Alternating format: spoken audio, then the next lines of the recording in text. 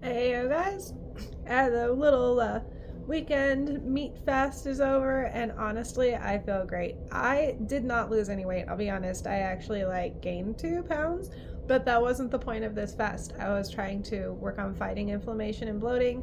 I was working on increasing my protein because it was my cycle week, so you definitely needed to have high nutrients and needed to have high protein if you're trying to replenish red blood cells and all sorts of stuff. Um, so I mostly had bone broth and stuff. And I had some sirloin steak, I had a piece of salmon, I had some bone broth with chicken in soup. Basically just kind of that. I made butter coffee. I like these recipes, but it really oh, do I put butter in my coffee every day? Oh gracious, no. That's only if I'm doing a meat fast or something. um, it really is important, to know. And it's one of the reasons why I like doing the nodes, because sometimes it's I'll enjoy a diet for a certain time.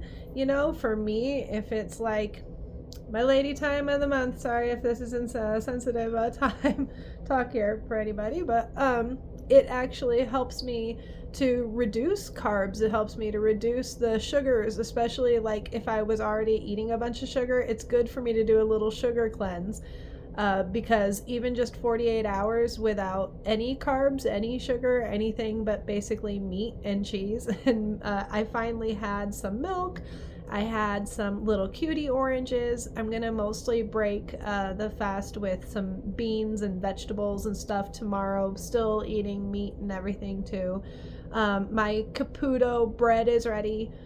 So we're gonna make meatballs and pasta spiral noodles, but they're the high protein ones, with marinara sauce and garlic bread on the side and stuff like that. So definitely right back to a normal diet, minus all the sugar that I had been drinking. I had soda. I was drinking these little shots of soda, little tiny cups, wouldn't add up eventually.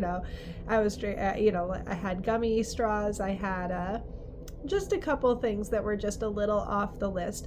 And I like to let myself have those little snacks when I'm craving things. If I'm craving chocolate because, my body wants it, I want to be able to have that, but it's good to know how to kind of wash that out. So if I can take care of all the bloating and everything at the same time, it also kind of relaxes my muscles. I drank so much extra water. I drank a bunch of green tea. I just really kind of took care of myself and cleaned. I got a nap that I don't normally get in. I feel like it, ChatGPT insists that it also helps keep my hormones balanced and any kind of elevation of mood kind of down, because you're in a keto state, which is kind of a buzzy, and I'm gonna have to agree, sensation kind of state. So I don't agree with doing, long-term diet stuff. I'm sure that the only reason I actually gained weight is because at first you do get a little constipation with this diet, is what I hear. And that's why you have coffee and butter and stuff like that is supposed to kind of help with that. You're supposed to drink extra fluids and all this other stuff. But despite that, even with creatine and everything, it still was a little, stuffy this weekend. But I was really, really grateful to be able to eat like that, to be able to get some of those meals that I wouldn't normally eat. It's sort of like when I'm having a veggie day. All of a sudden, that whole avocado makes absolute sense. Whereas if I'm eating a bunch of meat with other healthy fats already involved, I'm having olive oils and I'm eating all sorts of stuff, I might not need as many, at least, maybe nuts and seeds and avocados, or say hemp seeds. I got a whole bag of those when I was first trying to lose weight without node cycling. And I noticed that anytime I put hemp seeds and stuff, it was making me gain weight. I'm like, what is this? It's supposed to add protein. Well, it's just that you don't need every type of healthy fat and every type of healthy protein all the time.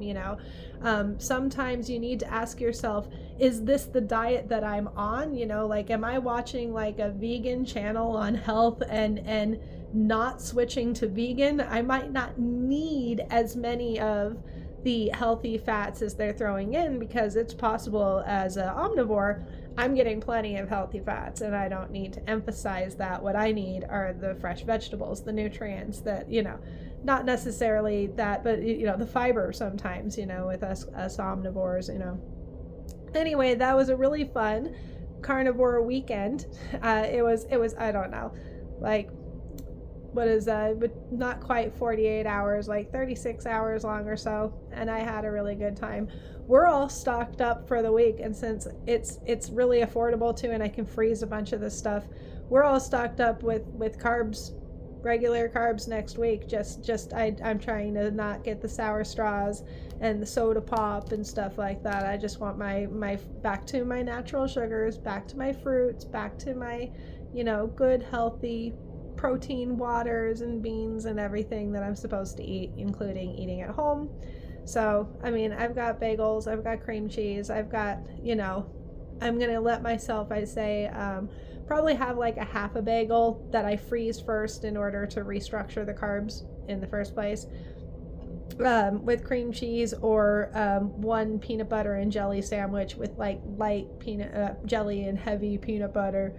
I almost got their like fancy awesome mixed nut at Costco butter, but just for right now I just wanted us to have some cheap lunches for the week.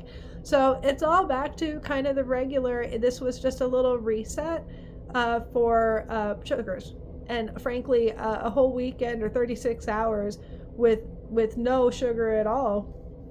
I was grateful to get some mandarin oranges at the end of the night. And I'll be so grateful to have toast again.